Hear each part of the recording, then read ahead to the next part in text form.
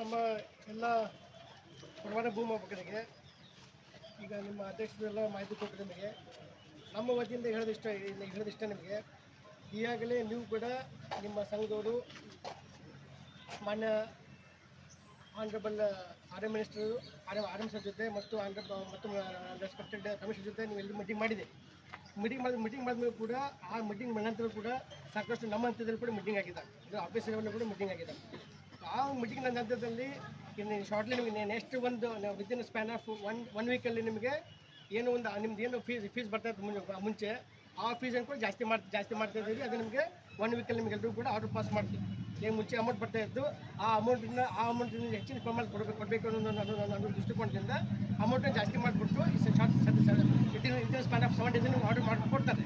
ಏನೋ ಅಮೌಂಟ್ ಜಾಸ್ತಿ ಮಾಡೋದಕ್ಕೆ ನಿಮ್ಮ ಮಿಕ್ಕಿದ ಪಾಯಿಂಟ್ಸ್ಗಳು ಏನಿದಾವಲ್ಲ ಅವು ಯಾವುದು ಕೂಡ ನಮ್ಮ ಹಂತದಲ್ಲಾಗಿರ್ಬೋದು, ಕಮಿಷನ್ ಹಂತದಲ್ಲಾಗಿರ್ಬೋದು ಇಲ್ಲ.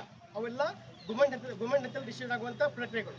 ನಮ್ಮ ಹಂತದಲ್ಲಿ ಏನು ಫೀಸ್ ಜಾಸ್ತಿ ಮಾಡೋದಿದೆ ಅದು ಡೆಫಿನೆಟ್ ಆಗಿ ಅದು ಮಾಡಬೇಕು ಮಾಡ್ತೀನಿ ಅಂತಬಿಟ್ಟು ಕಮಿಷನರ್ ಸರ್ ಕೂಡ ಖುದ್ದಾಗಿ ಹೇಳಿದರೆ ನೆಕ್ಸ್ಟ್ 1 ವೀಕಲ್ಲಿ ನಿಮ್ಗೆಲ್ಲರೂ ಕೂಡ ಆ ಅಮೌಂಟ್ ಜಾಸ್ತಿ ಮಾಡೋ ಬಗ್ಗೆ ಆರ್ಡರ್ ನಿಮ್ಗೆಲ್ರಿಗೂ ಸಾಲ್ವ್ ಆಗುತ್ತೆ. ಆರ್ಡರ್ ನಿಮ್ಗೆಲ್ರಿಗೂ ಬರುತ್ತೆ, ನಿಮ್ಗೆ ಫೀಸ್ ಜಾಸ್ತಿ ಮಾಡಿ ಕೊಡ್ತಾರೆ. ಮತ್ತು ಅದು ನಾವು ಯಾಕೆ ನಾವು ನಿಮ್ಮ ಆ್ಯಕ್ಷನ್ ಕೊಡ್ತೀವಿ ಅಂದರೆ ನಮಗೇನು ನಿಮ್ಮಲ್ಲಿ ಉದ್ದೇಶ ಕೊಡಬೇಕಂತೇನಿಲ್ಲ. ನಮ್ಮ ಉದ್ದೇಶ ಏನು, ಸಾರ್ವಜನಿಕ ಕೆಲಸಕ್ಕೆ ಅಡಚಣೆ ಆಗ್ತಿದೆ, ಸಾಕಷ್ಟು ಅರ್ಜಿಗಳು ಬರ್ತಾ ಇದ್ದಾವೆ, ಆಫೀಸಲ್ಲಿ ಕೂಡ್ತಾ ಇದ್ದಾವೆ, ಕೇಸಸ್ ಹಂಚಿಕೆ ಆಗ್ತಾ ಇಲ್ಲ. ಸಾರ್ವಜನಿಕ ಉದ್ದೇಶದಿಂದ ಏನು ಹೇಳ್ತೀವಿ ನಿಮಗೆ, ನೀವೇನು ಮಾಡಿದ್ದೀವಿ ಸ್ಟ್ರೈಕ್ ಮಾಡಿದ್ವಿ ಕಂಟಿನ್ಯೂ ಮಾಡಿ, ಪ್ಯಾರಲ ಕಂಟಿನ್ಯೂ ಮಾಡಿ. ಅಮೌಂಟ್ ಫೀಸ್ ಅಂತ ನೆಕ್ಸ್ಟ್ ವಾರ ಆಗ್ಬಿಡ್ತದೆ. ಅದು ಮಿಕ್ಕಿದ ವಿಷಯಗಳ ಬಗ್ಗೆ ಮಾತಾಡ್ತಿಲ್ಲ.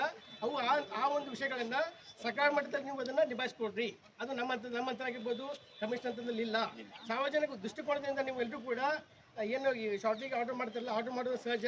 ಆರ್ಡರ್ ಅಂತೂ ಮಾಡೋ ಬಗ್ಗೆ 100% ಅಶ್ಯೂರೆನ್ಸ್ ಕೊಡ್ತೀನಿ ನಾನು ಮಾನ್ಯ ಆಯುಕ್ತರ ಪರವಾಗಿ. ಬಟ್ ದಯವಿಟ್ಟು ಎಲ್ಲರೂ ಕೂಡ ಏನು ಈ ಮನೆ ಕೂಡ ನಾವು ಸರ್ಕಾರ ಸಲ್ಲಿಸ್ತೀವಿ. ಬಟ್ ಆದರೂ ಕೂಡ ಆ ನಿಮ್ಮ ಮನೆಯನ್ನು ಎಷ್ಟೇ ಬೇರೆ ಮನೆಗಳಿದ್ದಾವಲ್ಲ ಅವನ್ನ ನೀವು ಸರ್ಕಾರ ಅಂತಂದು ಬಗೆಹರಿಸ್ಕೊಡ್ರಿ. ಬಟ್ ದಯವಿಟ್ಟು ಎಲ್ಲರೂ ಕೂಡ ಜಾಯ್ನ್ ಆಗಲೇಬೇಕು. ಎಲ್ಲರೂ ಕೂಡ ಜಾಯ್ನ್ ಎಲ್ಲ ಎಲೆಕ್ಷನ್ ಸಮಸ್ಯೆಗೆ ನಾನು ನಮ್ಮ ಏನು ಸಾರ್ವಜನಿಕ ಪರವಾಗಿ ಮತ್ತು ನಮ್ಮ ಇಲಾಖೆ ಪರವಾಗಿ ಹೇಳೋದಂದರೆ ಎಲ್ಲರೂ ಕೂಡ ದಯವಿಟ್ಟು ಜಾಯ್ನ್ ಆಗಿರಿ, ಕೆಲಸ ಮಾಡಿರಿ.